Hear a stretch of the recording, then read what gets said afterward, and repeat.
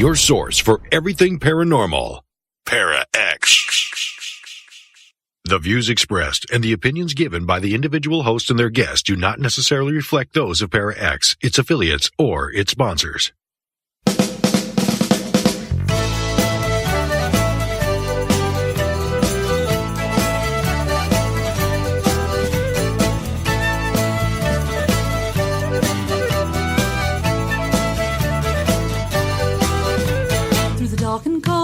Long they hold together in ancient song, waiting for the spring to set them free by oak and dash and rowan tree. And they dance all night till the sun does rise and spread its beams across the skies. Then they'll speak their secrets wise in the arms of the great stone circle. And if you go round Widdish in this fairy folk who live within, it's 9 times round you must dance and spin in the arms of the great stone circle.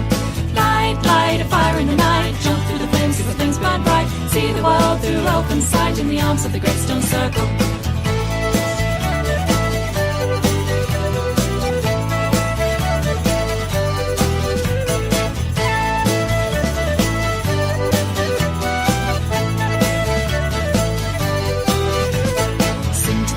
She is round and luck for you will then abound. What you seek for shall be found in the arms of the great stone circle. Come with me at Halloween and follow the march of the fairy queen. On everything here shall be seen in the arms of the great stone circle. And if you go around Widdish in this fairy folk who live within, it's 9 times round you must dance and spin in the arms of the great stone circle. Light, light, a fire in the night, jump through the flames as the flames burn bright, see the world through open sight in the arms of the great stone circle.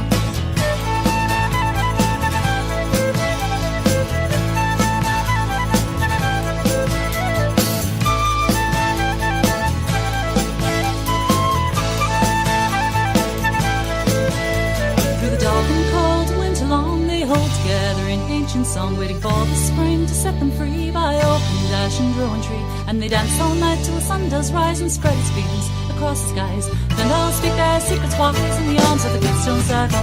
And if you go around Widdish in, there's fairy folk who live within, it's 9 times round you must dance and spin in the arms of the great stone circle. Light, light, a fire in the night, jump through the flames till the flames burn bright, see the world through open sight in the arms of the great stone circle. Light, light, a fire in the night, jump through the flames as the flames burn bright, see the world through elfin sight in the arms of the great stone circle. Light, light, a fire in the night, jump through the flames as the flames burn bright, see the world through elfin sight in the arms of the great stone circle.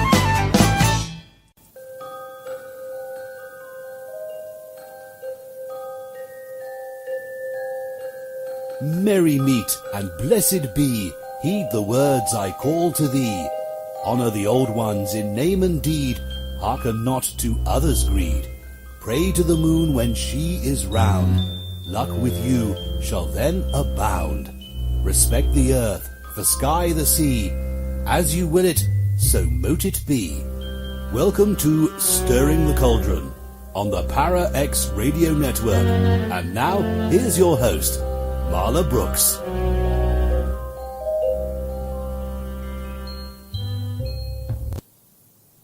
Merry meet everybody and welcome to the show. The opening music tonight was Fairy Dance by Spiral Dance, and that's because yesterday was the spring equinox and Ostara, and so spring has sprung and the fairies are dancing. Now my guest tonight is Daniel Mack, and some of you might remember when he was here a few weeks ago talking about the book The Mirror of Magic by Kurt Seligman, but he's got a lot of other things going on as well. He's a teacher, a writer, an artist who works with the powers of natural materials to make furniture and sacred objects. And he's been working on a book-like project for 20 years called The Casual Alchemist. And that's about letting the process of making things be a portal to the creative unconscious. That includes a whole lot of things, including tonight's topic, creative aging. But don't for a minute think that this is a show for people later in life. No matter what age you are, like it or not, you are aging. So why not learn how to do it creatively, right? And so let's get to it. Daniel, welcome back. Oh, nice to be here. Good. See, you've aged a little bit since we last spoke. We all have. And that's not necessarily a bad thing. But this is going to be a very interesting show because, as I just mentioned, creative aging isn't just for geezers, old folks. And you've put together a very well-received 1-hour presentation that you go out and share with the masses. And you talk about fresh, creative, and spiritual opportunities for anyone that's going through a life transition. And that's pretty much a constant with us all, isn't it? Oh, absolutely. So the creative aging is just a way to package this idea of attending to your own spiritual growth.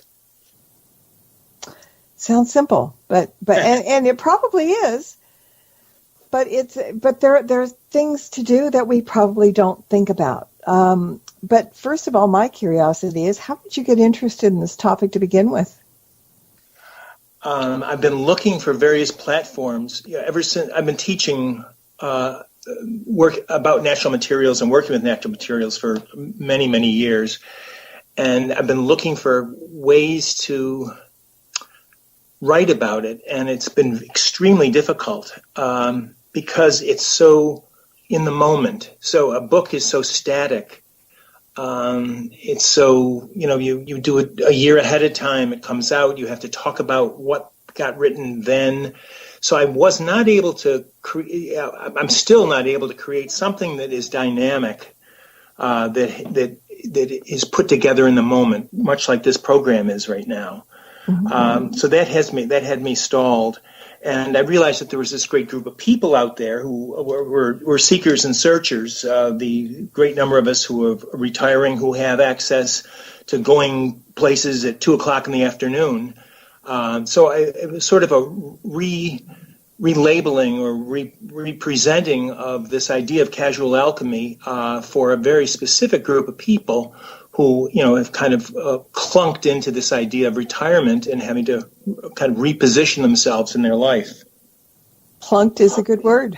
I've heard several people who have retired. It's first like, oh my God, it's shock, and then it's, what can I do with myself? Am I just going to take up space? And then things start happening, but it's hard to get used to. So plunk is great adjective. Thank you. Yeah. It leads to sometimes, and what I'm running into is leads to something called toxic aging for some people, that they're in such free fall at that point that they don't quite know what to do. So they've been usually expelled from a previous life where they had standing, where they had space, where they had lots of different kind of markers in their life. And all of a sudden, they just don't know what to do. So, they often become their own worst enemies and sort of making jokes about themselves. I don't do anything anymore. I'm retired. Don't ask me to do a thing. And they sort of keep themselves in kind of a toxic situation. Mm-hmm. And they can recognize it too, because it ends up in depression is what it is. It's a functioning form of depression. Mm-hmm. So when I talk to people, I get rooms, 30 and 40 and 50 people will come and just sort of shop me and hear what I have to say. Mm-hmm. And you have a lot to say. And I popped over to your website, and on the homepage it says, Finding Magic in the Ordinary. And I wish more people would think like that, because in my world, magic is always present. It's under our very noses, but some people just don't know where to look. And it is not extraordinary. It is actually very ordinary, right? Right. Very much so. I was out with a bunch of kids a few weeks ago. Kids are really important in this process. They're the pre-institutional form of the older people. We're post-institutional. They're pre-institutional. So they have access to kind of magic and the kind of the appreciation of the unseen in a way that we still have to relearn. And all I did was bring a tarp out, and we just blew ourselves around on a windy day on a hill. So getting in touch with the unseen forces of the moment is a great way to do that. Wind, temperature, things that just sort of your body tells you all about them. Isn't it windy today? Isn't it cold today? Isn't it hot today? Mm-hmm. And that's a real royal road to magic. It is. I mean, kids, little ones, haven't been taught that there's no such thing. As we grow older, there are people who try to put the kibosh on that. And that's where we lose it. And so after a fashion, after we go through the hardships of life and being an adult and all that, there's some point where we need to get back in touch with that inner child and remember what it was like not to have the walls and people pointing a finger and you can't think that way and you can't think that way. You get to a certain age and this is one of the good things about aging is that finally you don't care what other people say. You want to think the way you want to think, and it doesn't matter. Right. The consequences are negligible. Mm-hmm. Yeah. Yeah. So I think it's really important. And to go out, like you said, on a windy day with the tarp and just be yourself. I mean, there's no expectations. There's nothing that you have to prove or disprove. You're just letting your body take over, your mind take over, rather than rules. And I think rules are kind of toxic at certain points about certain things. Yep. And especially about how you live your life and how you are going to manage an old age, so to speak. I mean, you can't really define old age because, physically you can, but mentally, none of us over 50 think that we're any more than 25 or 30. It's just the way it is. It's the dirty secret. It is. And then, you look in the mirror and you think, oh, hell, that's not right. They're right, yeah. But, the whole point of it is getting back to your true self. And it doesn't matter what age. I mean, there are people that are 40 years old that are old people. They're befuddled and they're grumpy and they're whatever. And then there's people that are 90 years old that are spry as all get out and happy and carefree. Yeah. So, it's a learning process. And, and for you talk about creativity isn't about art, but about finding ways to keep making our lives meaningful. And I kind of personally believe that this is something that we need to find within ourselves first and foremost, rather than depending on others to make us feel as though we are living meaningful lives. And I think I'm kind of thinking along the right lines, right? You certainly are. No, I was looking forward to this because last time we talked, you and I found a lot of common ground. And so I was looking forward to sort of exploring that more with you now. Yeah, cool. What do you think keeps people from doing that? I mean, is it that they don't trust themselves? They don't believe in themselves enough to trust to just go with the flow and be yourself, or has somebody told them that being themselves is not good enough? How does this work, you think? Well, I think to make a living, you have to be very acquiescent to the situations around you, and you learn certain ways to behave.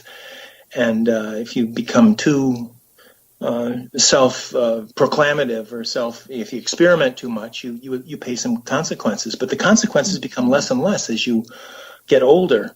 So there's always that flicker in there. It's never extinguished. There's always the capacity for someone to kind of rediscover, and it's just figuring out what opportunity to give yourself. And there's so many different ones. So often we're tied to words and ideas and logic. But there's so many others. The idea of just making something, just going into nature. I can get to some very specific things either now or a bit later. Yeah. No, go but for it. It's paying attention. It's shopping around. You're the buyer, so shop around for the portal into this what I call the creative unconscious. It's always there waiting. And the iceberg is a great metaphor for this, that we sort of live where you can see it just above the water, but 2/3 of it, 3/4 of it's below the water. And that's really what the unconscious is all about too. And I'm kind of a lay Jungian in all this. I followed Carl Jung's work quite carefully, and one of his students, particularly James Hillman. But so the idea of how we relate to the unconscious or our own personal iceberg is key in this. And it's finding the right time and place to experiment with yourself, to take a small risk. You don't have to do large things. You don't have to be a world adventurer, but it's small everyday risks like you were mentioning. Mm-hmm. Yeah. And just getting back to who you were, that's so important. But then, okay, that brings up another point. Some people never do know who they are, really. because from a very early age they're told who they are. And I've heard a lot of people being so unsure of themselves because they don't know what to think. They don't know how to think for themselves, and that's tragic. It really is. Yeah, I hear that a lot too. And what you can do, especially when you're older and you have access to more history, right? You can look back further. You can begin to see, you can squint, or just in full sun, you can just see certain patterns, certain repeating themes in your life. Oh, that person again, or this kind of person again, or I always, so that you look at yourself as if you're just kind of a repeated series on Netflix, and you enjoy it. So you get the chance after 50, 60, 70 to sort of review in a certain way. And this stuff's been done forever. I mean, I'm sure you've talked about grimoires on this program, right? Mm-hmm. Essentially, that's what you're doing. You're doing a personal story about what spells, what activities, what contact with magic worked for you, and it'll surprise you if you've not done it before. You realize how easy it is to begin to see people reappearing in your life and in different ways. So it's not a very difficult thing to do. It usually takes just a little bit of time, and you have to put up with a little bit of impatience because it's not a useful activity. It doesn't result in anything terribly tangible. It's cathartic, though, and that's good. At least, that's a start. Yeah. Okay, so and you also talk about creativity is a human resource that we all have. But many people will claim, and I know you've heard this 1,000 times, that they don't have a creative bone in their bodies. So how do you respond to that? Right. Well, it's the problem of the wording, that everybody makes something. So you just take the word creativity out of the whole thing, which is a supercharged word. And the same way with art, and you have a need to make. You make things. Well, I don't really make things. Well, you make your dinner. You make your bed. You might make trouble. So it's figuring out ways to looking for the crack in that conversation with someone where they all of a sudden let their guard down and they said, you're right. That you're not attacking them. You're not threatening them, saying. You're just inviting them to take a slightly different position on looking at their own life. And it can be done very privately. So I talk about ways to do it privately, which it's almost meditative, and then ways you can even get in, just start publicly. So you can start anywhere in this process. It does not have to be, you don't have to go to mindful classes. You don't have to go to on a retreat. You can just start by going through a dresser drawer and say, why the hell did I keep that? And then you begin to see because objects carry meaning for us. We don't keep them randomly. We all build altars out of our objects. They're in our dresser drawers. They're in our medicine cabinets. And you can begin to see little stories made from all these objects. So it's just having the time and that slight shift of lens to begin to look at the world you have created around yourself. So in that sense, you're creative. You couldn't live without exercising creativity. Well, even creativity maybe is when you're walking down the street and you see, like a crack in the sidewalk or something that you walk around. Well, that's being creative. You're creatively maneuvering yourself so you don't trip, right? Right. So it's kind of it's a difficult word and it's an easy word at the same time. But you're right. Everybody has creativity, and you got to use it. And so we all have within us, and practicing creativity eases the difficulty of many tidal transitions, as you say, from being human from birth through growing up, through aging, and the bumps in the road that go along with it. And there are lots of bumps. So will practicing creative aging perhaps assist us in skimming over the bumps and not falling into many potholes? Maybe, likely not. I think that's that kind of friction is part of being alive, and you're not really going to get away from it, it's probably going to more affect your reaction to it. It may not affect the pain of it, but it's going to affect your reaction to it or the grace with which you accept it, saying, oh, this again. So instead of seeing yourself as a victim of this, you just see it as part of the larger weaving that you're a part of. Mm-hmm. Okay, but it's, I think for a lot of people too, it will make them feel more confident, I think. Once you realize that you have some power, that you are creative, you're a little bit more empowered to kind of get over that negativity that maybe is hanging around your neck. You can look back maybe and see some of the bonehead things we've done when we were younger and make sure we don't, keep following that type of a pattern. So I think there's a really a great deal of goodness in all of this, of digging around and practicing that creativity. And in some ways, I think it might help some of the difficulties anyway. Certainly not all of them, as you're right, because, life's a crapshoot. And maybe you didn't stub your toe yesterday, you might stub it tomorrow. But, yeah, it will happen. So, Listen, you were reminding me, there's this, I don't know if I mentioned this to you last time, this is right on this topic, a great poem by Portia Nelson. Have you heard this poem called Autobiography in 5 Chapters? No. Oh, good.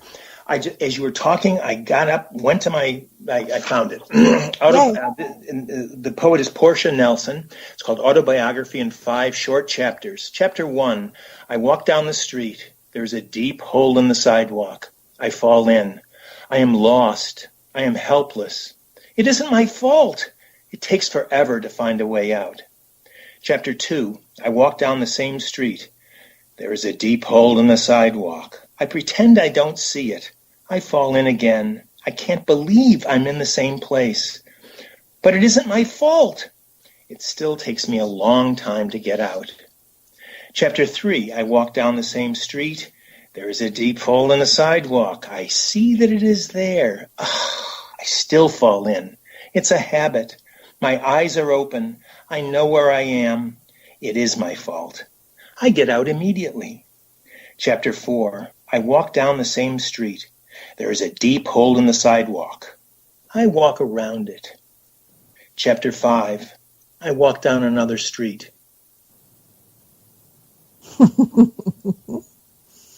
Mm-hmm. Good. I like that. So you can learn, but you have to go through the friction, the pain, the loss, and then learning does not come without a price. No, it doesn't. It hurts. But, all right, wisdom comes from that, and you can't put a price on wisdom. You can sometimes put a price on stupidity, but sometimes wisdom, no. You can't. It's priceless. So, yeah, but no, that's a great poem because it's the patterns that we need to break. It's the learning and being creative about making the right choices. Now, you also say that creativity is the oil of the 21st century, the natural, innate, learned, and practiced capacity to envision several alternative versions of the future. So, again, there you're saying that we basically have choices, right? Yeah. And it's just putting ourselves in the right position where we can exercise them. And often that means you take responsibility. That's what the beautiful ending of the last 2 chapters of that poem are about. Mm-hmm. That once you begin to take responsibility for your own life, you begin to find things become a little bit richer. Mm-hmm. And you can't, and don't buy into things. I mean, we're brought up to think that, when people get, all right, let's go back to when we were 20. People that were 30 were ancient. Yeah. And we didn't want to be 30. We didn't want to be an adult. 40, you think about it and it's okay. It kind of hurts. To me, any birthday with 0 on the end is a little bit painful. But as we keep going, we keep learning. And it's really kind of a great way to change your thought processes. I mean, somebody in the chat room said that a minute ago. It's, changing your way of thinking. But we can't in Soylent Green, somebody brought that up in the chat room. What, people were 30 and they died, or they were killed? Right. I don't remember. So nobody wanted to be 30 because you died. Well, that's a metaphor. I didn't realize it at the time. I thought it was pretty funny because I was way younger than that. But it's taking away the expectations that you've been kind of chewing on and hearing about, and people, because you're always going to hear somebody that, like a grandparent, say, "Oh, don't get old." Right? That's the first thing you're going to hear. Don't get old. And that, you could be 5 years old and hear that, and then it scares the bejesus out of you. Yeah. Or, there'll be somebody that'll walk around, "Oh my God, I've got aches and pains and my stomach doesn't act the way it used to. And, I don't hear well. I don't see well." We're bombarded with that. And so then we're like a sponge. We soak up all that negative stuff. And some of it is true. I mean, in aging and as you get older, okay, things happen. But they don't have to happen the way you've heard them. And you don't have to sit there and expect them to happen because, you know what? They may not. Mm-hmm. Also, as you do get older, your capacity, your appetite for spirituality changes. Mm-hmm. You just have... you're just at a different place in the arc. That's why coming up with various metaphors for looking at life helps. One doesn't just, my iceberg is not going to hold it forever. I love the kaleidoscope. You have the same pieces and they just keep getting reorganized in a very orderly, beautiful way, but they're never quite the same twice. Mm-hmm. That's a really good thought. I mean, I love kaleidoscopes, but same things rehashed, but not in the same way. I mean, you can make them all different. So you can either regret that you don't have the old way that you really loved, or you can just go with it, saying maybe I'll get it back again or something. So it's small adjustments to kind of taking just experiments with attitude. You don't have to let go of a long-held sacred attitude, but you can experiment, and that's what kind of aging, or any kind of, if you're in enough pain, in any transition, you'll have that capacity. Well, it isn't working the way it is now, so maybe I'll just imagine it a little bit different. So taking small risks, putting yourself in slightly uncomfortable situations will often open up something very unexpected and much larger. Mm-hmm. And, it doesn't all have to be all this down, bad, negative, black cloud stuff. I mean, we can take a deep breath and blow some of that away. Just because somebody has it doesn't mean that you're going to be in the same situation. Mm-hmm. Now, you mentioned a few very specific symptoms of this transition that we go through. So what should we be looking out for? What kind of things should we be looking out for? In aging or just transition? Mm-hmm. I mean, transitions. We're all experts at this. Yeah. Let's do transition. Start with that. Well, shock. Why me? How did this happen? I mean, again, that poem, she sort of articulates several of them. Why did this happen to me? Right. Surprise, this has never happened to me before. You're losing a certain kind of standing. You're losing you don't feel perhaps as visible as you did before. And that may be a function of ego or not. You may develop a kind of aversion to being in public that you never had before. I used to be so outgoing. What happened? And you just like spending. So there's lots of different changes that you can almost keep a tick list of. I was never like this before. I think I went to a doctor when I was 20. And I said, "Oh, doctor, my foot's never felt like this before." And he said, "Daniel, I have people in their 80s coming to me and saying the same thing." So that idea of that you're always changing and you're always adjusting, but some adjustments seem more dramatic than others. But you can recognize when you're in a certain level of distress, and it motivates you to make some other changes.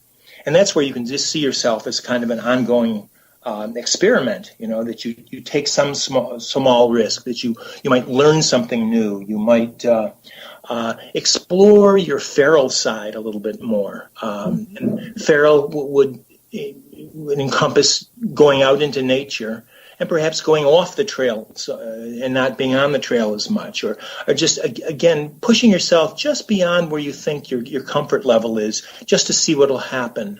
And again, you're not taking undue risk, but you're stretching yourself. Mm-hmm. And that's a key thing. There's something called the streetlight effect. I don't know if you've heard this, where it's people look for their lost keys beneath the streetlight because that's where the best light is. So if you've got to go out into the darkness a little bit to find something, you can't always find it in the safest of places. So it depends, and you may call on the spirit of someone else in your family who was an adventurer in some way. Oh, I remember Uncle so and so or Aunt so and so. She just went to California. So that you can, in one sense, time is not linear. It's all at once, and you can access some of the energy of other people that you knew, friends, family, whatever. That you don't have to buy into the linearity of history that we've been taught. Yeah, that's very true. And the thing about transition and aging both have in common is that it's an unknown. And when we mention the word unknown, people start to freak out. They get scared because they think it's bad. But the unknown can be just as good as it can be bad. So I guess it's kind of mindset and the way of thinking. And we just have to kind of work on that. And that's what we're going to keep talking about. But right now we're going to take a quick break. So everybody stay put. Put your dancing shoes on. Kick up your heels for a couple minutes. We'll be back. Don't go away. There's more Stirring the Cauldron with Marla Brooks right after these important messages. Red, where are you going? I'm going back to the paranormal view, back where I belong. Please, take me with you. No, I'm through with everything here. I want to see if there's something left in life I haven't explored. Do you know what I'm talking about? Oh, Red, don't run to them. They talk about ghosts and hauntings, UFOs, and all kind of supernatural scary stuff. You'll never understand, will you, Scarlet? No. Well, that's your misfortune. Red, if you go, where shall I go? What shall I do? Frankly, my dear... Line! Oh, you gotta be kidding. That's the Paranormal View with your host, Henry Foister, Jeffrey Gould, and Barbara Duncan. Every Saturday night at 8 p.m. Eastern, exclusively on the Para X Radio Network. Missed an episode of Stirring the Cauldron? Then be sure to check out marlabrooks.com and check out the archive. And while you're there, check out Marla's weekly Witches Oracle card reading. Explore the site to find many great resources, such as information on tarot, oracle readings, metaphysical consultations, and links to all of Marla's books. That's marlabrooks.com.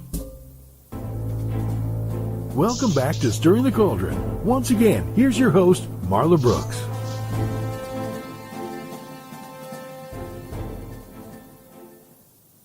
Well, I hope nobody threw out their back, kicking up their heels and dancing during the break. But we're back here with Daniel Mack, and we're talking about creative alchemy and change and all kinds of good stuff. And we were talking about, right before we broke, about specific symptoms of transition. And one of the terms that I saw in some of the stuff that you gave me was talking about a portal shift. Do you want to explain what a portal shift is? Yes. It's just, portals are just ways that we move from one place to another. They're just doorways. They're thresholds. Or now we can get into, I love being on this kind of program because you can talk about liminal activity, whereas other people scratch their head. So limins are doorways, and we're constantly going through these. Some are more dramatic than others, but sometimes the doorways don't work. The portals don't work. They have always done it this way. And so that you have to be alert to when one is closing up and another one that you don't quite expect might be opening. And again, there's ways to do that. You just be more in touch with your body. There's just so many. You deal more with children. I think there's 10 or 12 that I talk about. Distrust discourse. That's my favorite because I'm so word oriented. That the idea that words are something to be just taken with a grain of salt or to be distrusted is almost a poison to me. But it's so important because words create a kind of linearity and logic, and that prevents us going through the magic portal. Then magic is really letting go of a lot of that. And then the key thing, my whole experience has been in making things. And that's a nonverbal activity, so that you just do something. And people already do this. When they're feeling low, when they're feeling kind of foggy, they'll make themselves a sandwich or dinner and any level of making. You're not talking about egoic making in terms of the Sistine Chapel or something. You're just talking about using your body and your sense of composition and intuition and in another way, in a daily way. And it was the theologian Karl Rahner talked about everyday mysticism, and that's really what we're talking about here. And in what way can you stay in touch with the spiritual as those portals to the spiritual kind of shift and change a little bit? Mm-hmm. Yeah. I was just looking outside. I got distracted for 2 seconds because we've had this storm and the clouds were really dark and kind of gloomy, but kind of pretty. And I was just looking out the window and there was this bright spot amongst all the dark clouds and everything. It was breathtaking. And it came and it went just like a heartbeat, but it was like, all of a sudden you go from dark to light, and that's kind of what we're talking about too, in a way. So that was kind of had me shaking my head for a minute, the universe. That's right. It's paying attention to those, the dead flies on the windowsill. There you go. Did you ever see, there's something that went around on YouTube, dead fly art. Have you ever seen it? No. Oh, good. You got to look it up. Okay. It's someone just sort of collected the dead flies from the windowsills and just drew little pictures around them. And it's just wonderful. So it's that idea of just finding, and humor is a huge way into the sacred. Both the clowns, sacred clowns. And so humor is another great way to sort of find the portal out of one of your places into another one of your places. And we can shift that portal. It's in our capability of making the shift happen. That's right. Unless we move, nothing will. Mm-hmm. All right. So aging in general, also it's as we talked about, a time of transition and challenge. And you said that the third and fourth quadrant of our lives are unlike all the others. Now, some of it I can get, but let's talk about in some of the ways that it's unlike, aside from the aches and pains and, that kind of thing. The aches and pains probably translate into a change in energy, that you're not as agile, as kind of active as you had been, and you might regret that. You may define being human as being very active. So that if you had to come up with a descriptive list of what my life is like now, you might not like it, but you can come up with that. So that's what I mean. It has different characteristics. You also have history at this point in the third age or the fourth quadrant of life that you don't have, and that history has a power. So you can look back on things. You can see patterns. It's like being up on you've gotten to the top of a hike, and you're on the cliff. You can see things that you could not see when you were still coming up, and that has an amazing value.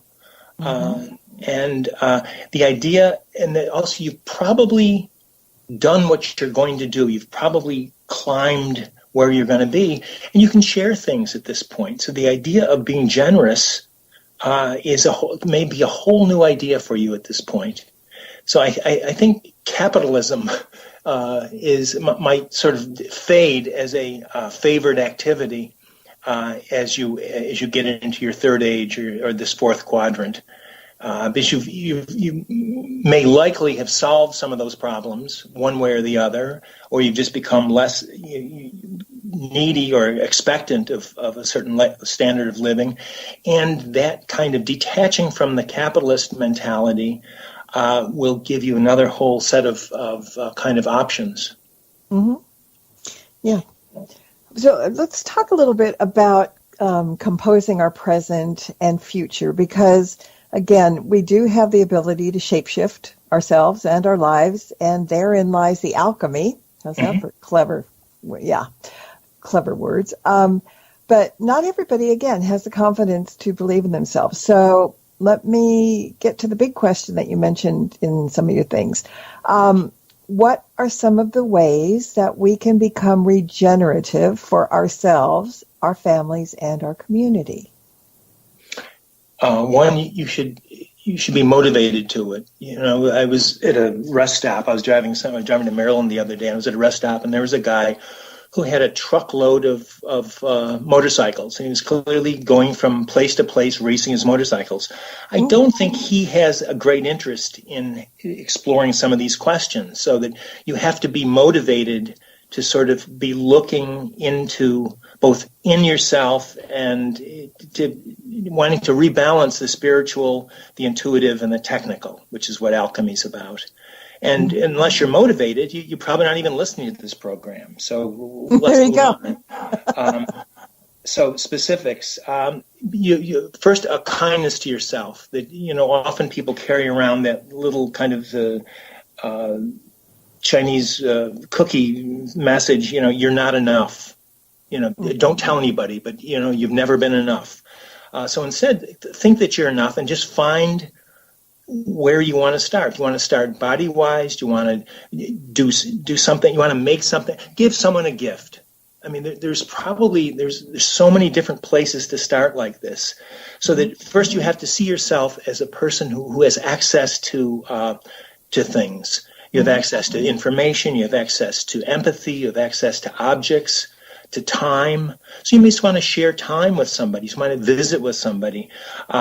Personally, I like the idea of making things. So the idea of making something and giving it to somebody is a big deal, because that it's both a pleasurable thing for me in the making, and then you've fallen off the edge of the earth. You have no idea how they're going to react to it.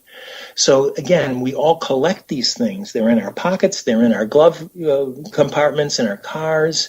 They're everywhere. So if you just take, if you take just three things, take a stick and a string or a piece of wire and put something on it. So essentially you're creating wands, Marla, and you're giving wands to other people. You're not calling them wands. You can call wands on this program, but don't tell anybody else. But so you're creating objects of enchantment, tools of enchantment is what you're doing. They can look like take an old screwdriver, and what else can you put on the tip of it or the handle of it? So it's those small they're not grand. You're not going to have a show in a local gallery of your screwdriver wands. So you get rid of that level of kind of expectation of the art capitalist world. You know, oh my God, you could sell this stuff. This is beautiful. People will buy this.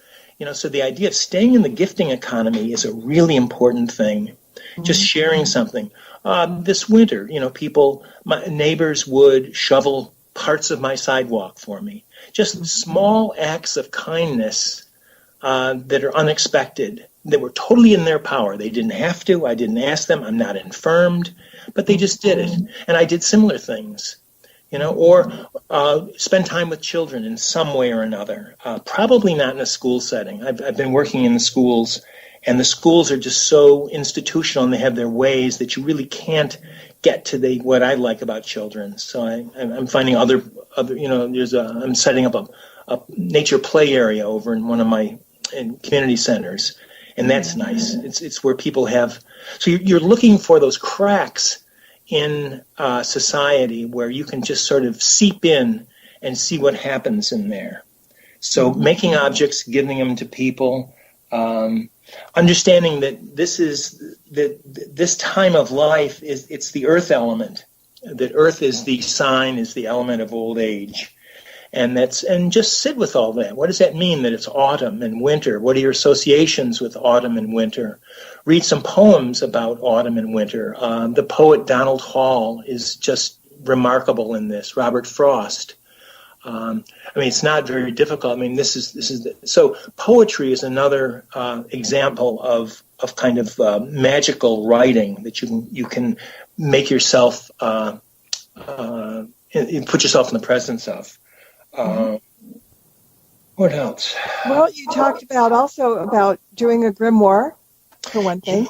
That's important. You could, and when you're making things, you talk about certain exercises like making tools, like wands, like you said, or talisman, learning about ancestral karma. Yeah, that's a big one. The hardest one that I think, though, is creating a thumbnail of yourself in just 50 words or less. Because I don't know if I could do that. Either I would have 3 words, you're SOL, out of luck, or, it would be too. I couldn't put it into a shortened version. That's a hard one. I think everybody should do that. Everybody that's listening to the show, I don't care how old you are. I think you need to write up a thumbnail of yourself in just 50 words or less and don't think too hard about it. Let it just come out of your brain and on paper, because you might learn something that you didn't realize before. Oh, exactly. Mm-hmm. You'll see what parts of your brain seem to value something. Who are you talking to when you write these words? Mm-hmm. It's so interesting. Having been kind of associated with the art world for years, I've always had to do little... I've practiced doing this kind of thing. So it's figuring out what are your favorite verbs and nouns when you describe yourself.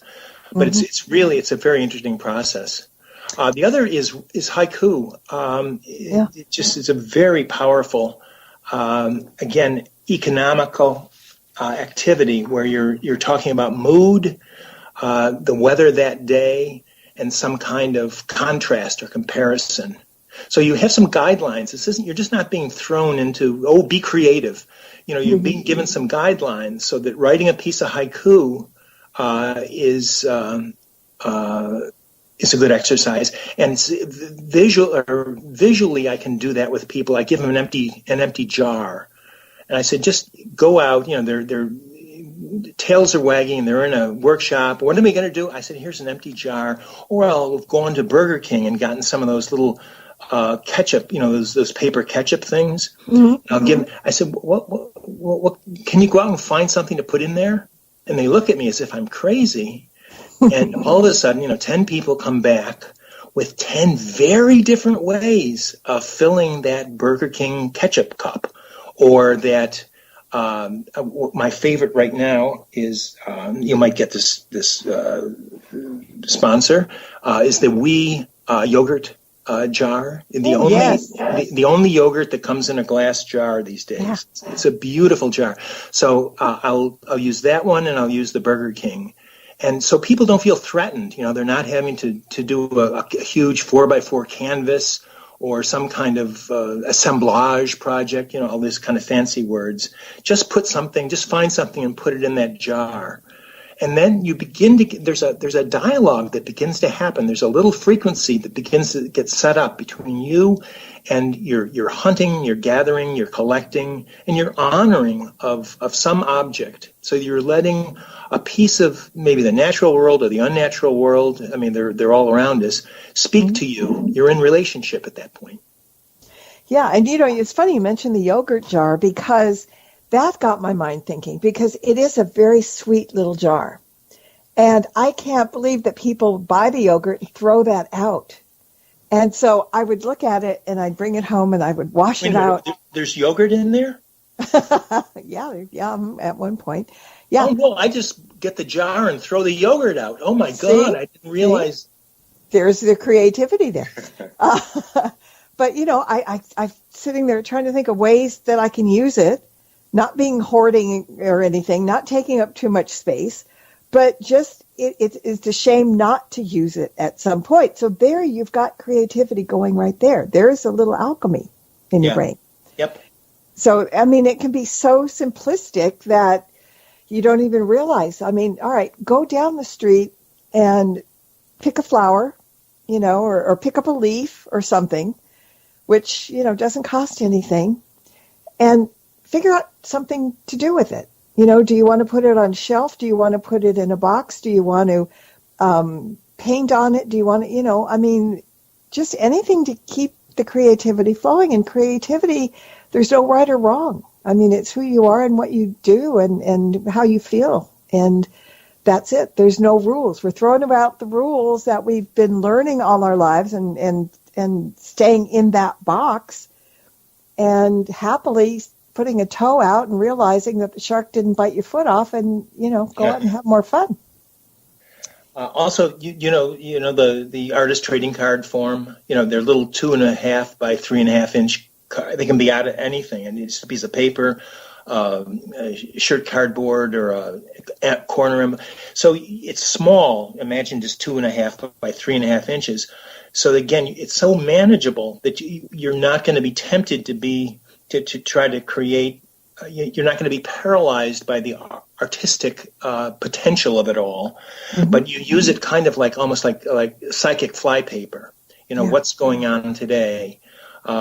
You can put your thumbprint on it. Often I'll have a box of Band-Aids there, and I'll say, let's just put one Band-Aid on this, and then people will get it right away. What wounds are they dealing with? What are they going to put under the Band-Aid? So that if you come in kind of on low altitude with a lot of these things, creativity just sort of sparks so easily. Mm-hmm. It does. And I want to talk just briefly because this is like flying time. I mean, this is amazingly fast this week, even faster than usual. But I want to talk about your weekly meetings on making things as meditation, where you explore how the act of making has meditative benefits, and you bring sample materials to each meeting, and that encourages activities at home. And I really like the sound of that, and people in your area certainly can go and be part of it.